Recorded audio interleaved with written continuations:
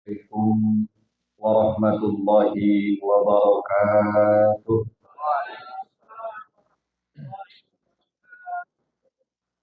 Bismillahirrahmanirrahim.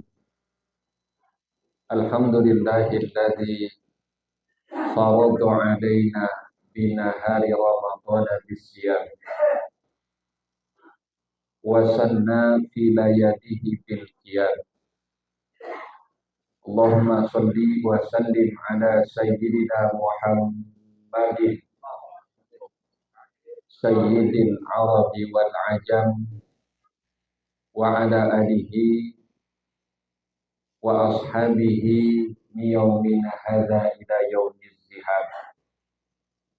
Amma ba'du faqad qala Allah ta'ala fi muhkami tanzilih.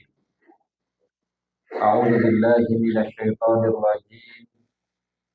Ya ayyuhalladzina amanu kutiba 'alaikumus shiyam kama kutiba 'alal ladzina min qablikum la'allakum tattaqun. Al-ayah. Wa qala Rasulullah sallallahu alaihi wasallam fattaku syahra Ramadan fa innal hasanati fihi tud'afu wa kadzalika sayyi'at atau kama qala sallallahu alaihi wasallam. Shadaqallahul azim wa sadaqa rasuluhun nabiyul habibul karim wa nahnu ala dzalika minasyahidin asyakirin walhamdulillahi rabbil alamin.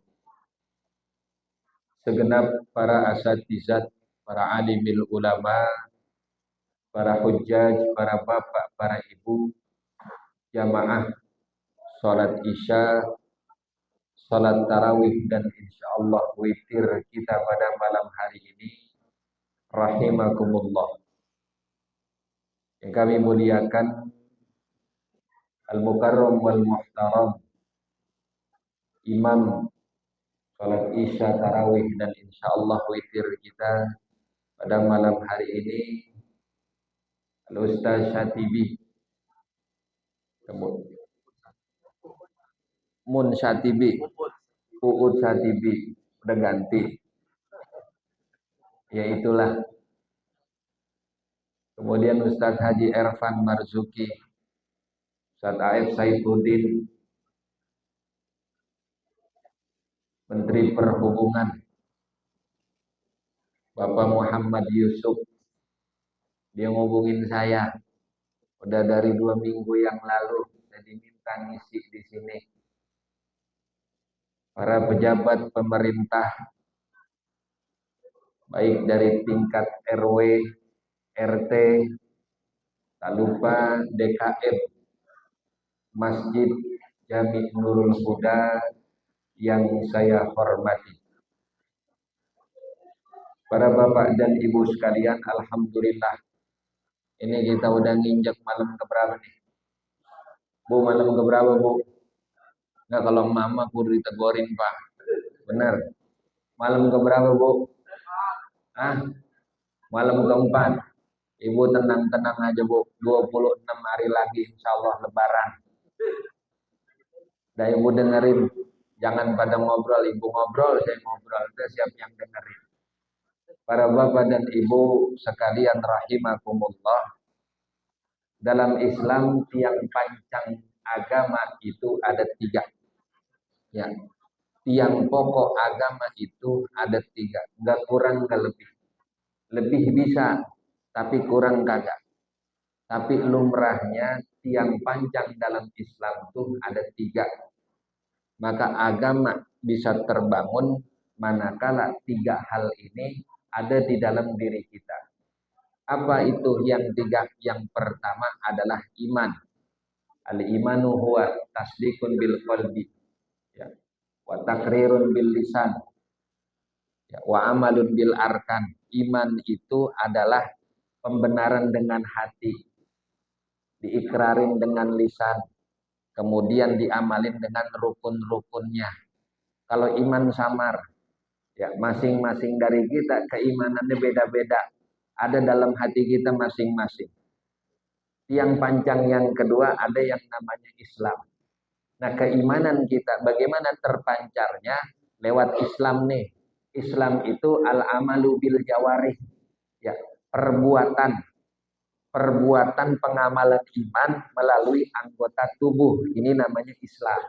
Ya, jadi seseorang bisa dikatakan muslim ya manakala amaliyah-amaliyah yang dilakukannya sesuai dengan apa yang ada di hati daripada keimanan.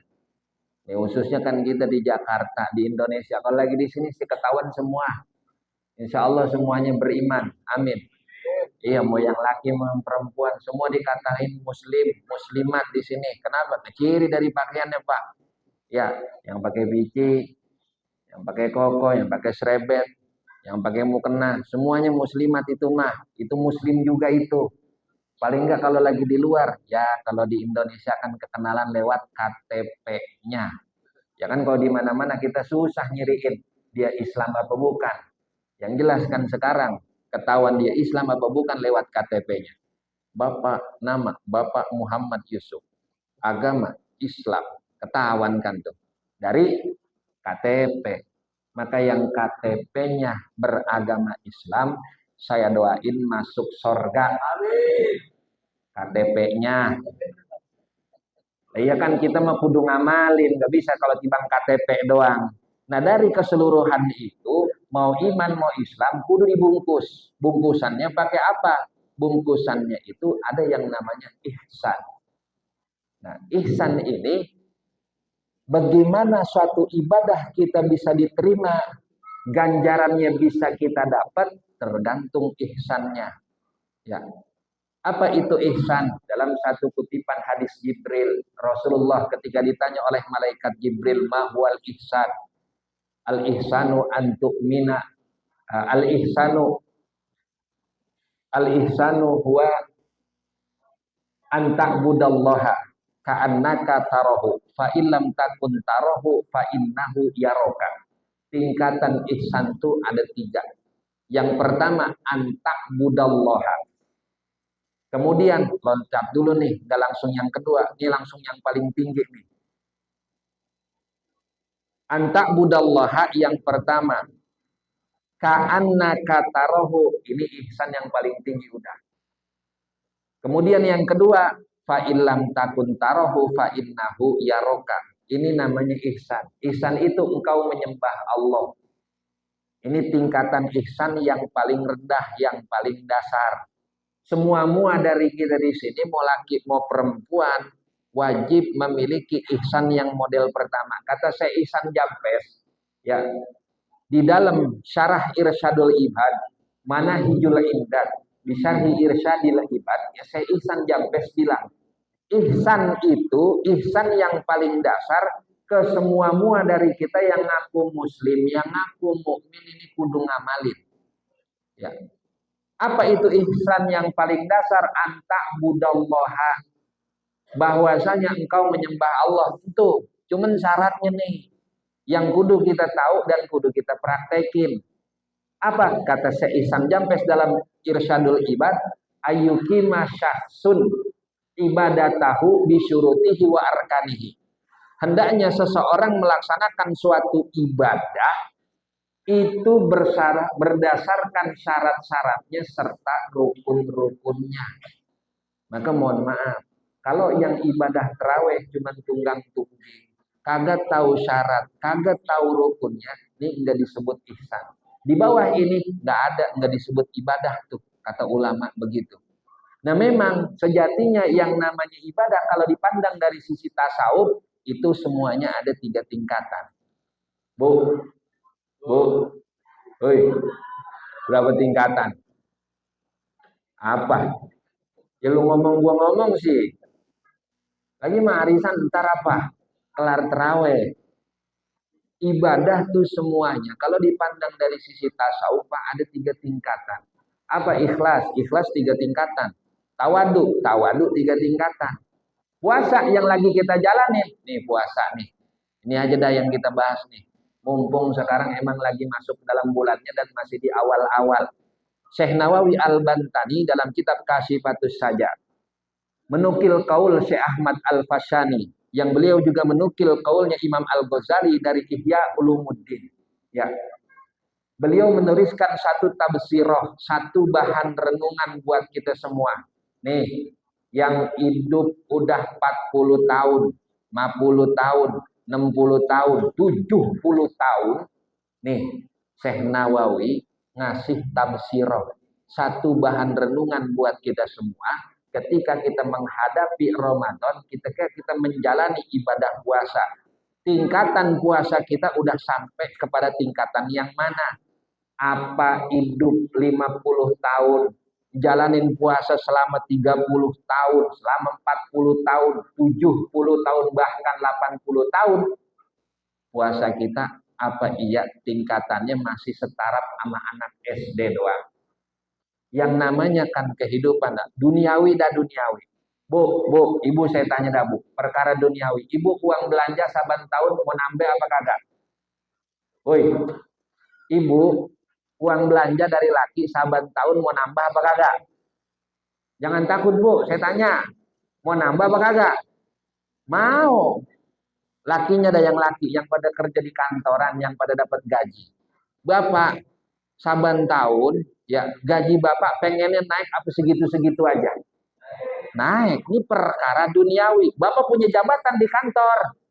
Saya yakin, pasti saban tahun pengennya naik. Tahun ini mungkin jadi karyawan tidak tetap.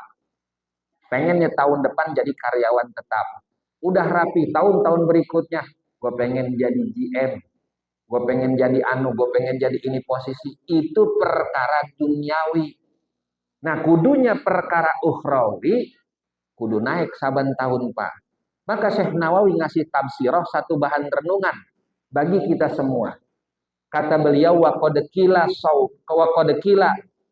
lisyami, dan sungguh telah dikatakan untuk puasa itu ya umumun wa khususun wa khususul khususi. Puasa itu ada 3 level. Yang pertama umumun, puasa umum atau yang kita kenal sebagai puasanya orang awam. Ini dari 3 tingkatan ini kita sama-sama ngoreksi diri. Jangan nyalain si Ano, jangan nyalain si Fulan. Oh, si dia no puasanya masih begitu, gue kagak. Enggak, ini bakal koreksi diri kita masing-masing. Tingkatan puasa kita udah sampai mana dari 3 derajat puasa ini. Yang pertama, ada yang namanya puasa tingkatannya saumul umum. Puasanya orang-orang awam. Puasanya orang awam bagaimana? Kaful batni wal farji an qada isyahawati.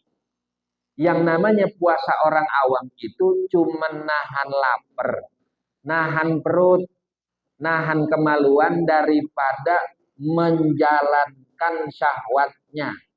Perut syahwatnya apa? Makan, minum.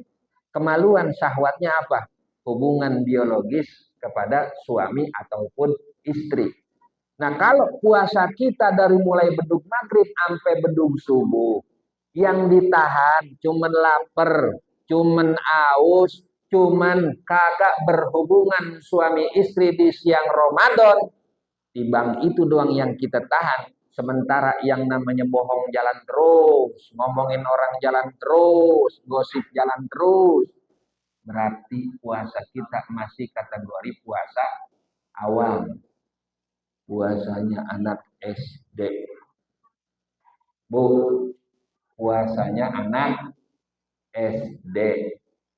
Mau ibu 40 tahun hidup SD terus. Kan kagak mungkin. Pasti kita pengen naik tingkatan. Ini tingkatan yang pertama daripada puasa. Ya maka bakal koreksi diri kita kalau kita puasa. Oh saban hari puasa kita ya cuman dapat lapar, cuman dapat aus. Emang nggak berhubungan suami istri di siang Ramadan. Bohong kita jalan terus sama bini. Ngomongnya kemana, taunya sampainya. Ya kalau sama-sama kemana mah jujur berarti Pak. Ya ngomongnya kemana nyampainya ke situ begitu. Ini kan ada yang dilakuin antara perilaku dengan perkataan nggak sinkron, artinya bohong. Masih suka ngomongin orang.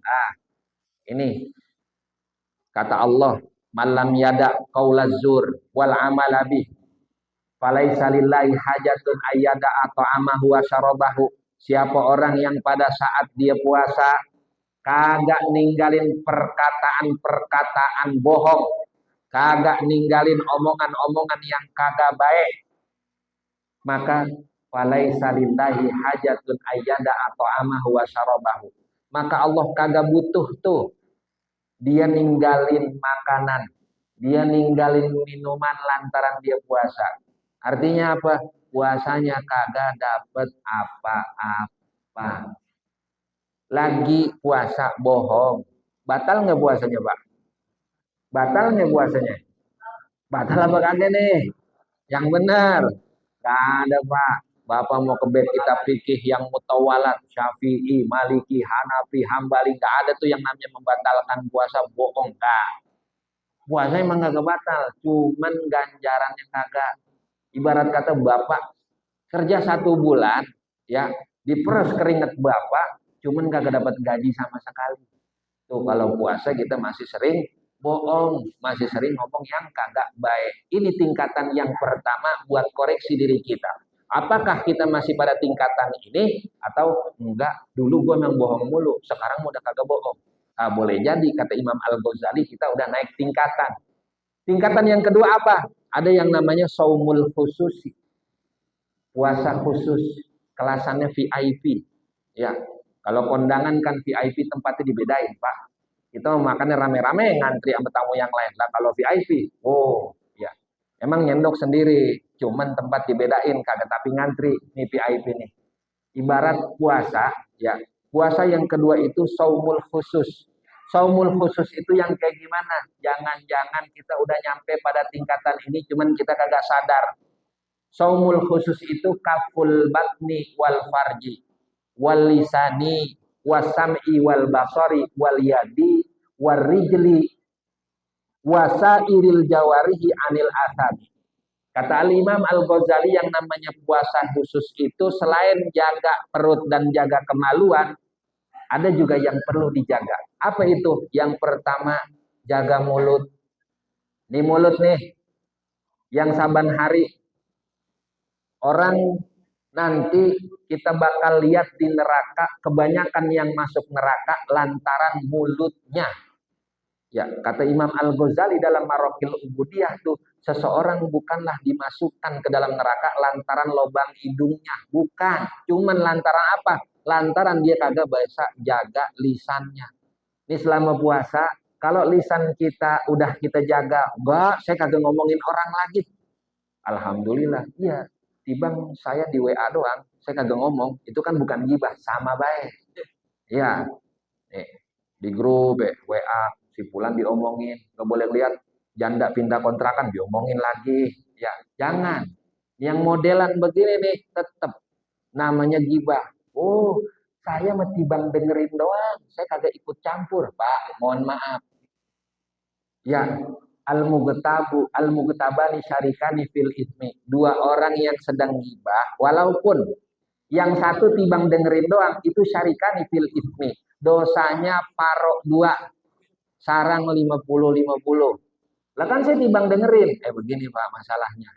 Orang gibah minimal berapa orang? Minimal berapa orang? 2 orang. Satu ngomong, satu dengerin. Ya kan? Maka jadi gibah. Karena apa? Karena ada yang dengerin. Coba dah kalau nggak ada yang dengerin. Kan dari pojokan security ngomong, itu udah lama aja begitu. Paling begitu kan. Karena ada 2 orang yang satu dengerin, nih jadi nih yang namanya pergunjingan, pergibahan. Maka andai kata ada kawan kita datang, keseringan kan begini Pak orang kita. Ya rapi terawih, ada. Bang Haji, saya mau ke rumah, pengen ngopi. Ya, yeah. Tuh biasa yang udah cengenges-cengenges dia tuh orang itu. Bang Haji saya pengen ke rumah, mau ngapain? Pengen ngopi, bungkusannya kopi bungkusannya. Begitu sampai rumah, yang diomongin si Fulan. Wah, banyak dah. Tadi ketua masjid, begono amat. Wah, masjid kan kudunya begini. Yang begitu disuruh ceramah. Ngapain itu dia orang mana-mana ceramah? Segala ustadznya diomongin segala. Nih, kita sebagai tuan rumah terkadang kan bingung. Gue mau usir tapi kawan. Kagak gue usir tapi ngomongin orang mulu. Sikap kita bagaimana? Nah, kata Imam Al-Ghazali, Syekh Nawawi juga dalam Maraqil Ubudiyah, dalam Mirqatus Su'ud wa Tasdik. Kalau ada kejadian begini, yang penting hati kita ingkar. Ya Allah, saya kagak redo dengan apa yang dia omongin. Andai kata kita kagak ingkar terhadap pergibahan tersebut, maka kita termasuk syarikani fil ismi, termasuk orang yang ketiban dosanya. Jadi minimal banget kudu ada rasa kagak redo di hati kita. Nih, jaga lisan, lagi puasa. Oh, saya nggak ngomongin orang, alhamdulillah. Wakafus sam'i, jaga nih pendengaran. Ya, ngomongin enggak, cuman saya tibang dengerin doang. Udah dengerin nyemangatin lagi. Ya kan yang begitu orang, lagi diomongin ya. Emang dia begitu? Ya iya iya. Oh, pantesan. Emang begitu ya? Emang iya tuh dia begitu tuh. Tibang-tibang begitu doang tuh kita tuh. Ya, pendengaran kita kalau kita jaga daripada gibah, daripada hal-hal yang kagak baik. Mohon maaf, Allah kagak demen kita puasa. Kata Allah, mau ngapain puasa nggak ada gunanya. Tuh, kafus sam'i. Wal basari. Nih, biji mata kita kudu dijaga dari hal-hal yang membangkitkan hawa nafsu kita. Mohon maaf banget. Yang namanya nafsu itu bukan cuma perkara syahwat sama lawan jenis doang. Ya, ibu-ibu nih, bu, oi, bu, perkara nafsu bukan cuma nama lawan jenis doang, bu. Tuh di HP ibu yang oren-oren tuh nafsu mulu tuh. Tahu bu yang oren-oren? Itu keranjang ibu udah 99 plus. Masuk keranjang doang dicekot kagak. Tuh kalau ibu lagi Ramadan tuh puasa nafsu, waduh bajunya Ria Miranda nih. Ya harganya seharga gaji laki gua ini mah. Masuk keranjang dulu. Dian Pelangi masuk keranjang dulu. Zaskia Meka masuk keranjang dulu. Tuh timbang begitu doang.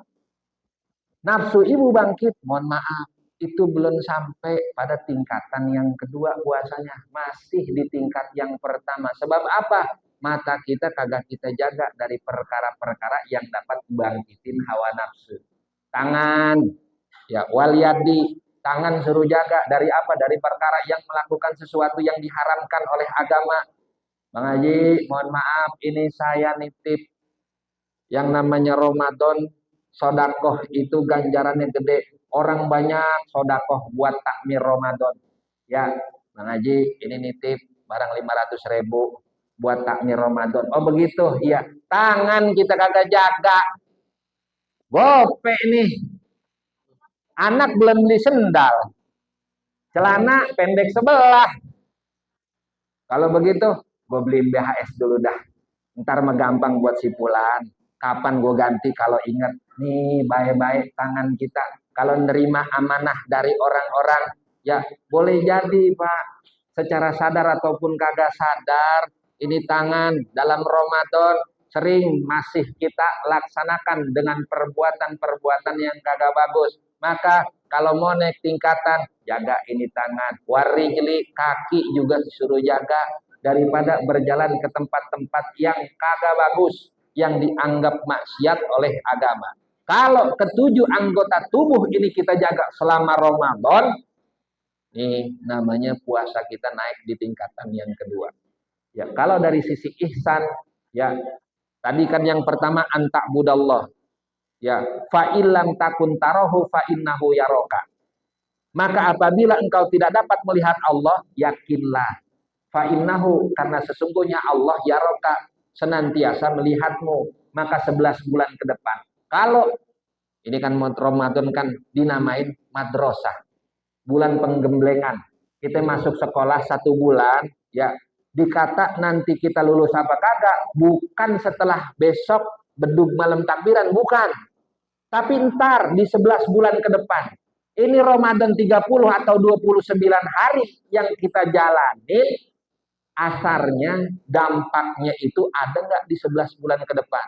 Kalau di Ramadan di madrasah ini, di 29 atau 30 hari ini, kita jaga seluruh tubuh kita, anggota-anggota tubuh yang 7, maka 11 bulan ke depan, insya Allah, mulut kita, mata, kuping, perut, maluan, tangan, kaki, itu Allah bimbing untuk senantiasa menuju jalan yang diridhoi oleh Allah Subhanahu wa Ta'ala. Dan yang terakhir, yang ketiga, ini tingkatan yang paling atas, VVIP, very very important person. Kalau kondangan nggak kelihatan nih orang-orang nih, udah diselipin tempatnya. Ya VIP masih kelihatan sama tamu biasa. Kalau VVIP mah udah disendokin, kalau bisa disuapin. Ini kalau kondangan, ini VVIP. Bukan cuma 7 lagi yang dijaga, tapi ditambah wakaful kolbi. Jaga hatinya. Dari apa? Anil himamid daniyati. Dari perkara-perkara yang remeh-temeh terkait dengan masalah duniawi. Wakafuhu amma siwallah. Dan menjaga hatinya daripada berpikiran selain Allah. Jadi orang yang kalau udah tingkatan ketiga puasanya, dia mikir aja sedikit, ya Allah, ntar gue buka pakai apaan ya?